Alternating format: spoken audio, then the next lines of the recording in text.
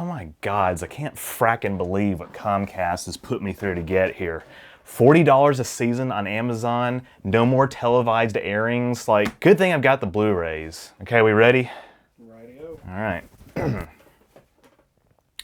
Hey guys, Tyler here. Battlestar Galactica is one of the most iconic sci-fi franchises of all time. Starting with the 1978 TV series created by Glenn A. Larson, BSG launched a media franchise that includes a sequel series, Galactica 1980, book adaptations, novels, comics, games, and a reimagined series and spin-off prequel in the 2000s. Both of the latter were created by Ronald D. Moore, who is best known for his work on Star Trek. While the background lore of the original series and the reboot differ in several ways, all incarnations of BSG share a similar broad premise. In a distant part of the universe, human civilization has extended to a planetary system called the 12 Colonies, to which they migrated from their ancestral homeworld called Kobol. The 12 Colonies have for years been engaged in war with the Cylons, a cybernetic race that desires extermination of the human race. With the aid of a man named Baltar, the Cylons carry out massive nuclear attacks on the 12 Colonies and colonial fleet, leaving just a small remaining human population to flee to outer space. The gigantic battleship and spacecraft carrier, the Battlestar Galactica, hey, that's the name of the show, appears to be the only surviving ship of the colonial fleet. Under the leadership of Commander Adama, the fugitive survivors search for the fabled 13th colony, Earth. In this video, I'd like to examine the lore of Battlestar Galactica, focusing mainly on the reimagined series. Let's get started. It should go without saying that this video will, of course, feature spoilers for all incarnations of Battlestar Galactica. If that's something that you care about, well, you've been vocally warned, so if I see anybody complaining in the comments, I'm gonna take that as a "I didn't listen, Tyler." Anyway, I think there's no better place to start than with the Cylons. Much of the background lore surrounding their original creation comes from the spin-off series Caprica, but the gist of what you need to know is this. The Cylons were created by man. They evolved, they rebelled, there are many copies, and they have a plan. Okay, wait a second. A little more detail now. Created by Greystone Industries on Caprica some 60 years before the fall of the 12 Colonies, Cylons began as robotic soldiers designed as cannon fodder for the Caprican military. A stolen metacognitive processor developed by the Vergus Corporation of Tauron, integrated with a digital avatar of a person's memories and experiences, was used to create the first sentient machine. This artificial intelligence was swiftly incorporated into colonial society as a slave race, acting as laborers and servants. Much like the Geth in Mass Effect, which took a lot of inspiration from several sci-fi franchises including Battlestar Galactica, some of the Cylons eventually got religion. Following a terrorist cleric who preached a monotheistic religion, these Cylons came to believe that they were destined by God to overthrow their masters, resulting in a protracted conflict known as the Cylon War. The Cylons, in the form of Centurions, battle against humanity but also seek to mimic them. They perform brutal experiments on human captives in an effort to create a biological machine hybrid. Spoilers for the 4th season of BSG. A group of humanoid machines from the long-lost 13th tribe intervene and give the Cylons technology to create humanoid bodies. This leads to an armistice with the colonies, with the Cylons retreating to a new homeworld and leaving the colonies unified in their own federated government. In an interwar period before the fall of the 12 colonies, the Cylons perfect their humanoid models. We see that they have developed a technique called resurrection, in which, after death, a humanoid Cylon consciousness can be downloaded into an identical body. The Cylons subsequently devise a plan to wipe out the colonies once and for all. They infiltrate colonial society, undermining their defenses, setting the stage for another attack. This is where the BSG miniseries picks up, with the remains of the colonial fleet fleeing in search of a new home.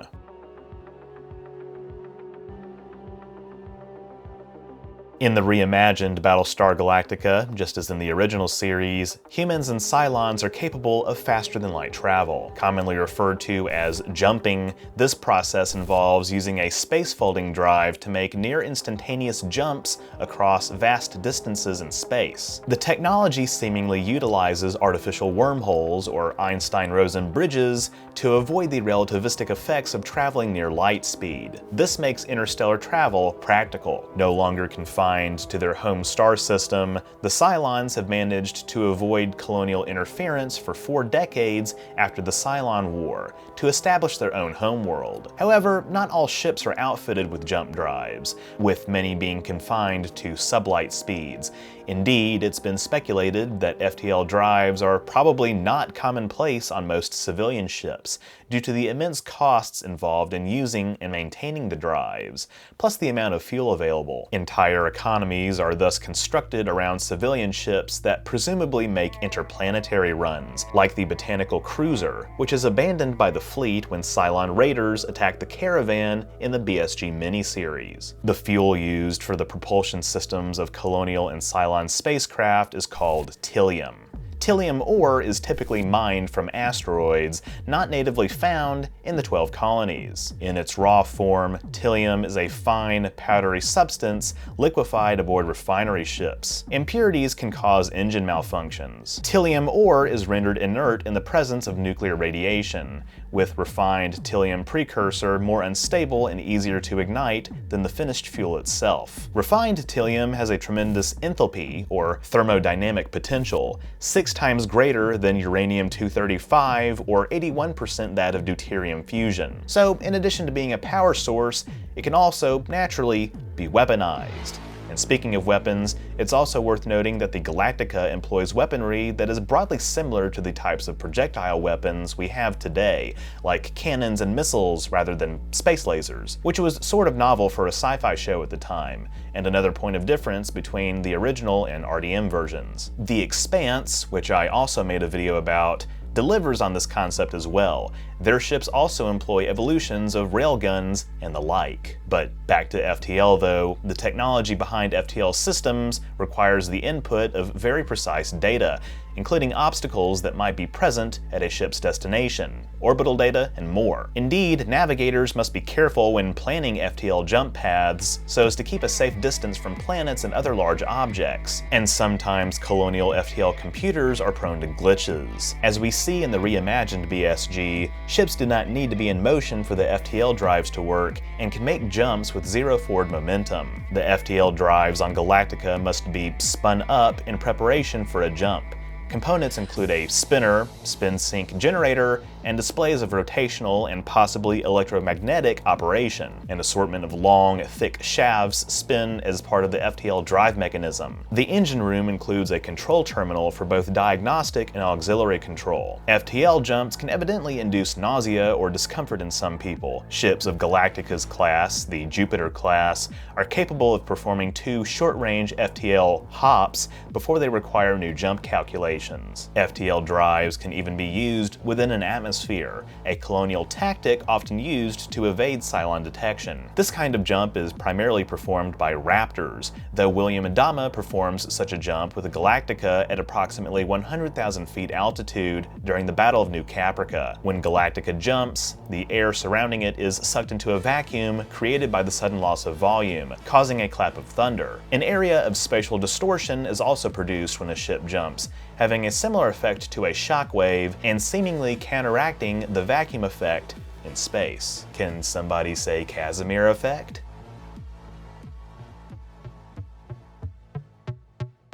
In my view, the next natural chapter of our journey is an exploration of Kobol and the 12 colonies, just to get a sense of the setting.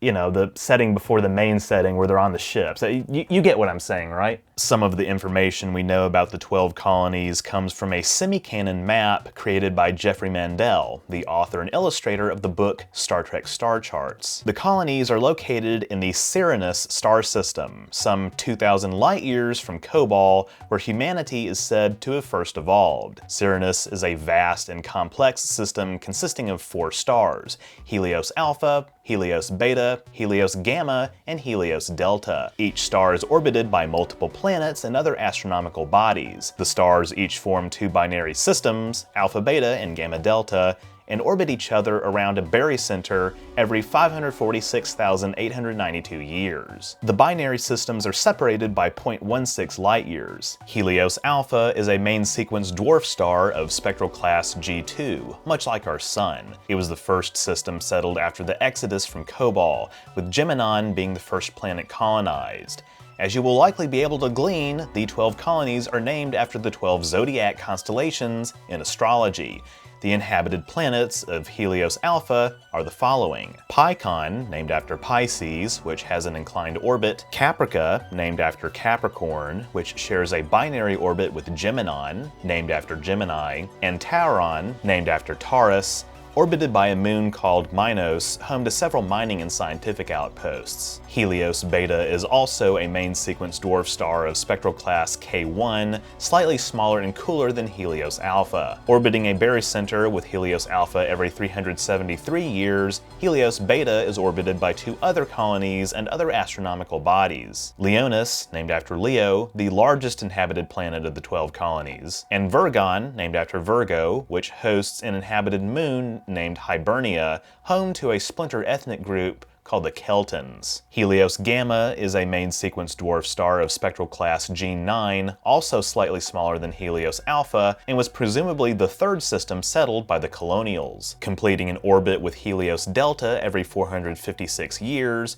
the colonies orbiting Helios Gamma are Libran, named after Libra, host to 2 moons thought to be captured asteroids; Scorpia, named after Scorpio and home to the Scorpion Fleet shipyards, as well as Sagittarion, named after Sagittarius, a barren, mountainless world. Helios Delta is a reddish main sequence dwarf star of spectral class K2 and the last of the 4 systems settled by the Colonials. The 3 colonies that orbit it are Arelon, named after Ares and an agricultural breadbasket; Canceron, named after Cancer, which shares an orbit with Arelon; and Aquaria, named after Aquarius, an Arctic world with the most inclined orbit of all the 12 colonies. Westeros looking ass. Caprica was the capital of the 12 colonies and the richest world in the star cluster. The pre-war population of the colonies is estimated to have been between 12 and 20 billion people, according to various production sources. Not all of the 12 colonies are democracies, each having their own system of government,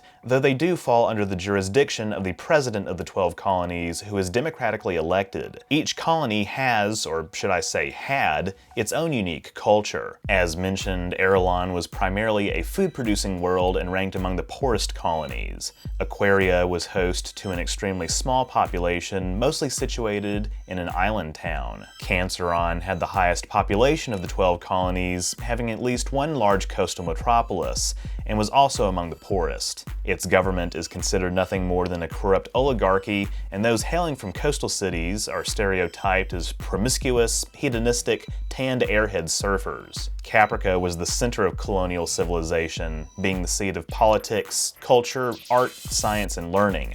It was also the most technologically advanced of the colonies, its industries having had a hand in creating the very first Cylons, and spent the most on colonial defense prior to the First Cylon War. Gemini was one of the poorer colonies, and its people, the Geminis, are known for their religious fundamentalism. The Geminis are known for their literal interpretation of the scrolls, and are strongly opposed to federal laws legalizing abortion. The old Geminis language also bears a resemblance to Romanian. Fun fact, in the BSG tie-in film The Plan, a building on the lower left of the screen is the same model as the Romulan Senate building in Star Trek Nemesis. Leonis is known for its open plains and has a mild and predictable climate.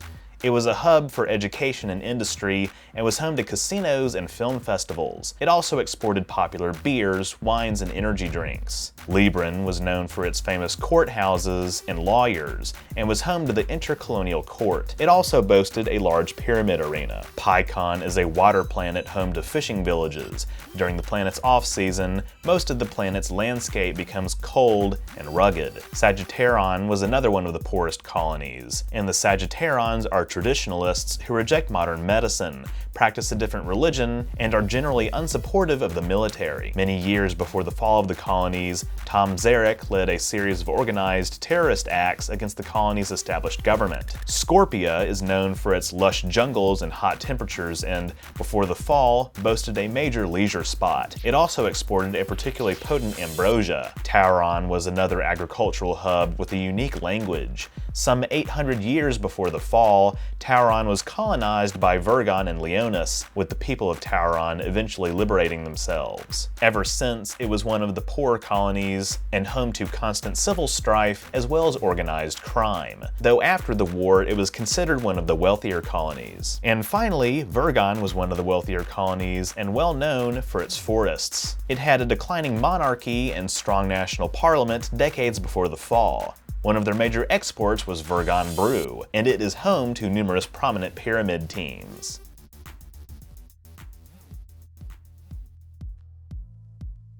Additionally, this discussion would be incomplete if I didn't contextualize one major aspect of the Battlestar Galactica universe.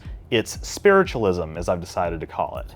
BSG is a world where seemingly supernatural, or at the very least super powerful forces are constantly at work. People have religious visions, and there are sacred scrolls that hold fundamental truths about the nature of space-time and mankind's journey. So it should come as no surprise that the original series creator Glenn A. Larson, who is a member of the Church of Jesus Christ of Latter-day Saints, incorporated many aspects of Mormon theology into BSG's setting. Indeed, Kobol is an anagram for Kolob, a celestial body described in the Book of Abraham that is nearest to the throne of God. It's unclear whether Kolob is a star or a planet, but the Book of Abraham refers to both interchangeably, leading some LDS commentators to consider Kolob a planet. But how does Kolob, and thus Kobol, supposedly tie in with human history? It doesn't. Speculative Mormon astronomy, which in and of itself seems like an oxymoron, based on comments by founder of the LDS movement, Joseph Smith, suggests Earth was created near Kolob over a period of 6,000 years. I think you did a little too much LDS. LDS? After this, it was moved to its present position in the solar system before the Garden of Eden came into existence, which of course, as we all know, was in Jackson County, Missouri. I believe that the Garden of Eden was in Jackson County, Missouri. The idea that the Earth formed elsewhere and then migrated into its orbit around the Sun is, of course, not supported by any scientific understanding of the Earth's formation, which tells us that our entire solar system is over 4.5 billion years old. It was at this time that the Earth formed from the accretion of the Sun's protoplanetary disk very close to its present orbital distance. As for the location of Kolob itself, some Mormon authors purport it to be the supermassive black hole Sagittarius A star at the center of our own galaxy. Others suggest it orbits Polaris, while others have hypothesized it's outside the Milky Way at the metagalactic center around which other galaxies orbit. The idea of a metagalactic center was at one point assumed in mainstream astronomy, but it has since been abandoned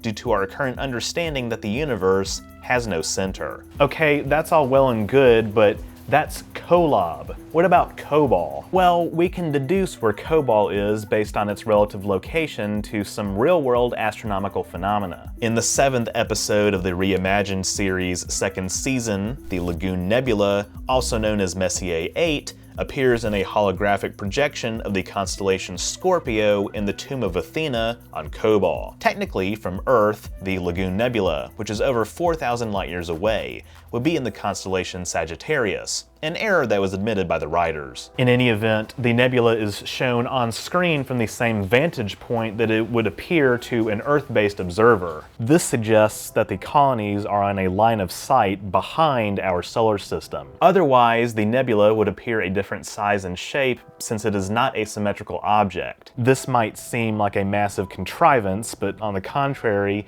given Earth's association with the other colonies in BSG lore, it's not that big of a stretch that humanity would colonize other planets on the same galactic plane that we can observe habitable star systems from Earth. Anyway, if you draw a straight line from the Lagoon Nebula to Earth, continuing that line through space would place the colonies, and thus Galactica, somewhere in our galaxy's Perseus arm. The wiki offers further triangulation of various locations throughout the reboot series, but more on that later. BSG makes reference to a few other celestial phenomena, such as the Ionian Nebula, Lion's Head Nebula, and Eye of Jupiter. It's discussing these that prompts me to once again stress that spoilers lie ahead, especially for some of the big reveals of the Reimagined series. So again, you have been warned. The Ionian Nebula contains a supernova remnant that would have been visible from Kobol 4,000 years before the events of the show, around the time of the 13th tribe's exodus. The Lion's Head Nebula contains a pair of red and blue eclipsing binary pulsars that match descriptions in the holy texts. These pulsars were, according to the Scroll of Pythia,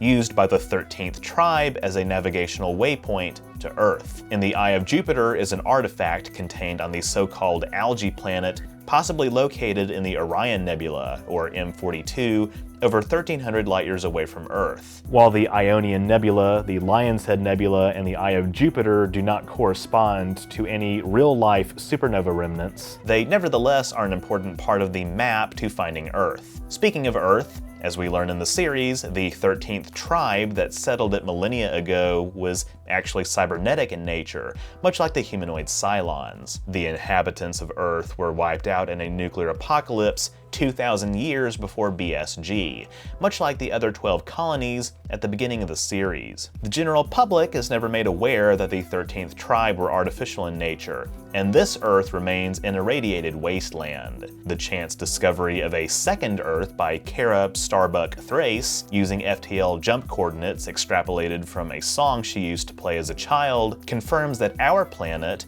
is not the same as the 13th colony. This brings me to one of the other biggest reveals of the series. The dominant religion of the 12 colonies is a polytheistic faith seemingly based on Greek mythology. The monotheistic religion, followed by the Cylons, of course, somewhat parallels the Abrahamic faiths, at least insofar as references to a singular god. There are also Buddhist and Hindu-inspired faiths, which get more fleshed out in Caprica, and yet another sect practices Mithraism, a monotheistic religion practiced in the Roman Empire before the rise of Christianity, raised by wolves. A major component of colonial religion is cyclical time, that is, all this has happened before, and all this will happen again. Various events lead some people to believe they are playing out parts in a story that is told again and again throughout eternity. For instance, President Laura Roslin believes she is fulfilling the role of the dying leader who guides humanity to a new home, as foretold by the Book of Pythia in the Sacred Scrolls. The verse, "All this has happened before, and all this will happen again," is quite well known throughout the colonies. And indeed, in the rather divisive ending of the series, we see that 150,000 years after the settlement of New Earth, our civilization is beginning to experiment with artificial intelligence. That's right, the reimagined Battlestar Galactica takes place not in the future, but in the ancient past. Actually, not even the ancient past, prehistory. Hera Agathon, the human Cylon hybrid daughter of Carl Agathon and Sharon Valeri, becomes the mitochondrial Eve, or the real woman who lived in Africa circa 150,000 years ago, from whom all of humanity is descended. This all begs the question though, if BSG takes place in the ancient past, not even the ancient past, but prehistory, then why are all the characters in the show speaking English? Why are the 12 colonies of Kobol named after the zodiac constellations? Why do the Colonials worship the Greek deities, when Greek mythology only dates back to about 3000 BC? In fact, one burning question that a lot of you guys have probably had this whole time, it's one that I've certainly had. What's up with this suggestion that humans are not from Earth? Well, as it turns out, there are primitive humans living on Earth in BSG. It's just that we're descended from those humans, the Kobol humans, and the humanoid Cylons. It's a twist on the ancient aliens hypothesis, the idea that human evolution was tampered with by outside forces, something for which there is no evidence. But honestly, I consider that question to be less important than some of the other questions about human culture. Humans being from Kobol is consistent with the inspirations from Mormon theology applied to the original BSG. But what about their language and religion? As far as language, one could view that in a couple different ways. Number one, it could simply be a universal translator thing. That is, we're all watching the show in our native language, at least the one it was produced in. But that doesn't necessarily mean that in-universe the characters are actually speaking English. Notwithstanding their use of loan words like fascist or coup d'etat, as well as American naval lingo, this very well could be the case. And all the references to Greek deities would simply be analogies that we, the audience, can better relate to. Or perhaps one of the more popular fan theories about the show could be true, which is that the Sacred Scrolls got it wrong. Humans are not from Kobol, but are actually from Earth after all. You know, like in real life. Perhaps a time-displaced group of humans settled on Kobol in the ancient past, prehistory, and brought with them human languages, cultural practices, and knowledge of various religious faiths. Perhaps the Lords of Kobol, an apparent allusion to the 12 Olympians, were humans posing as gods to the ancient citizens of Kobol, or they have been lionized as such throughout time. And when the colonial fleet makes its way back to Earth in the series finale, they contribute to the matrilineal line of our species in a bit of circular history. That's right. All this has happened before, and all this will happen again. Again, it's like poetry, so if they rhyme. It's hard to say which of these theories is true. Which do you believe? Are the events of the reimagined BSG simply filtered through the lens of our understanding as a modern audience? Or is everything that happens on screen to be taken at literal face value? This is the age-old question that Star Trek fans have been bickering about for decades, so let me know down below.